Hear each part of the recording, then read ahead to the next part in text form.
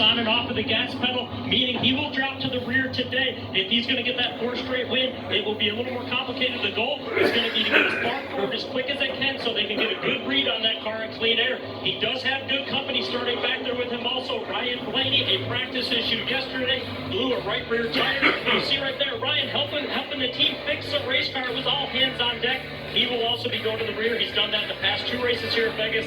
Another one of the experiences doing that. Keep an eye on those 2 guys. Thanks, Regan. Now, let's take a closer look at the rear diffuser and travel stops with our crew chief, Larry McReynolds. You know, Mike, aerodynamics so important at this very fast mile-and-a-half racetrack. Anything teams can do to help the downforce, the grip of the car in the corners, it's going to help the handling of that race car. Make the lap times faster. Let's go to our Toyota Camry cutaway car, and let's look at that rear diffuser under the rear of the car. As the air flows under the bottom, when it gets to the rear diffuser, the speed really picks up. You see the strakes or the vents. You want to keep the air organized in those strakes. That makes downforce. You also want those strakes as close to the racetrack as you possibly can. That makes the most amount of downforce. But you don't want to bottom it out. Look how disorganized the air is. When you do that, you've lost downforce. How do teams control the travel in the rear of the car?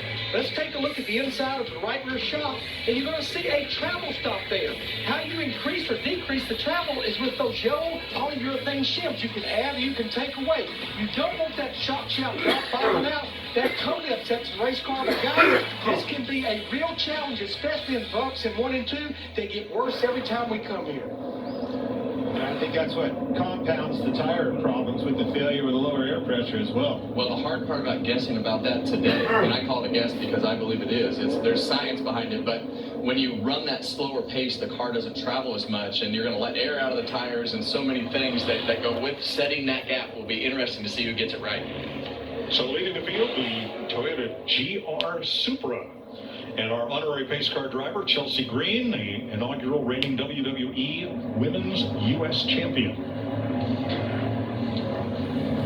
Beautiful day, a little warmer than it's been here. Friday night, it was chilly for the truck race. Things improved yesterday. And here's the nicest day of the weekend, 63 degrees, going into the 70s. Winds out of the southeast at 11. Ready.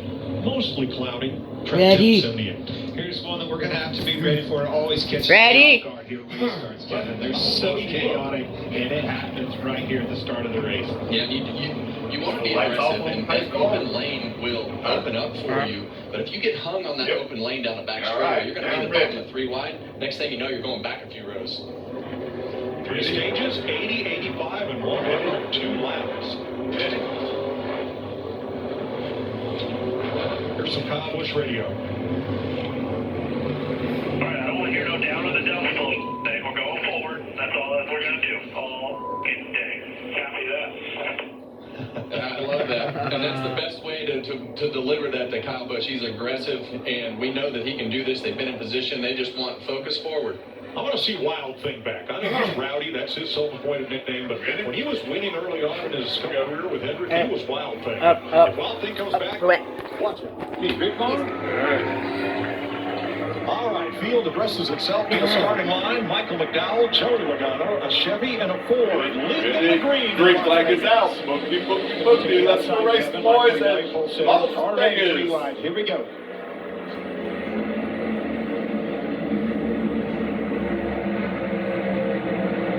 Three wide. Well, you see that little gap in between the Michael McDowell and the second place car, so he's going to get a shot right about the middle of this straightaway. Right now, these cars will have the most grip. As you see William Byron up there on the top side, all these lanes will work today, and as a driver, you just want to find the cleanest air possible and get out from behind that guy in front of you. 4 wide back here. All right. Plenty of racing room here. You got a lot of different agendas to start this race. You know, everybody knows that the lanes are wide here and you can go anywhere on this racetrack. So you'll have guys who just want to settle in. You'll have guys who are not comfortable with their car and guys who just want to go right now, hammer down and don't care about the consequences, just trying to gain track position. Well, that's the differences in the handling characteristics of your car, too. Sometimes they take off fast, a little bit tighter probably, and then the ones that are freer, they got to hold on to it. They're in trouble here for a few laps till the pressure comes up in the tires. Here we go.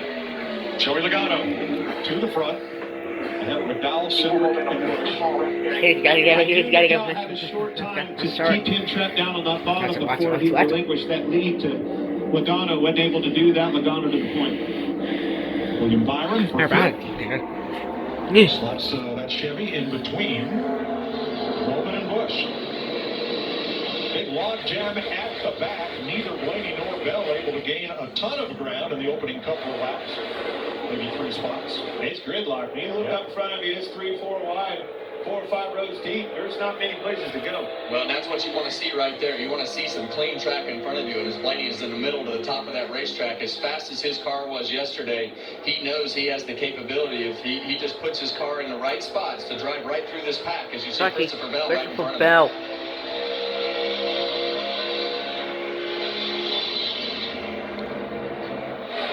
Single file up front through about the top 10, but a big variety of racing lines he used coming off turn 2 here. Yeah, and when they redid this racetrack in 2006, as you see Ryan Blaney go by SVG right there. So as this run goes on, this is notorious. That will notoriously be that's a smart move.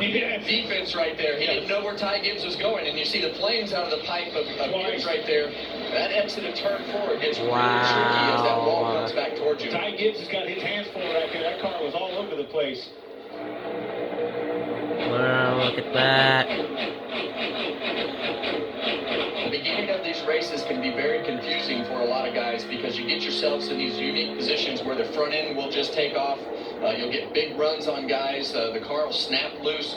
A lot of really strange things happening with all the air moving around and the way that these cars are so sensitive to the aerodynamics. And it's just a bumpy, hair-raising ride for these guys inside the car with the speeds this high and the way that the bumps and the way that you have to drive this track. We used to talk about speeds. This car right here is on the move. Said just a little bit ago, if the 5 can't get it done, keep an eye on William Byron, and he has proven the point. Very fast, just past his teammate Bowman and catching these guys in a hurry. And I would tell you he was better than the 5 in practice. Looking at his lap times, I think that William Byron had what I would consider the best car.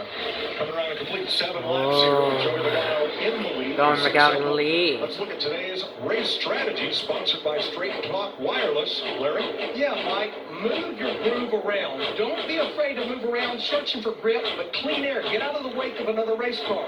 Kevin said drop the air pressures. Don't be too aggressive. You can't get those air pressures too low. The tire will get damaged early and won't show up like on Ryan Blaney's car yesterday to make 20 laps in a run. Strategy-wise, as far as pitting, we're going to split the 3 stages in half. Probably coming 5 to 10 laps earlier than halfway to get advantage of those fresh sticker tires. Thanks, Larry. And where we will really see this race and this run start to take place is really about that 20 lap mark. That's really when the cars are going to start to slide that right.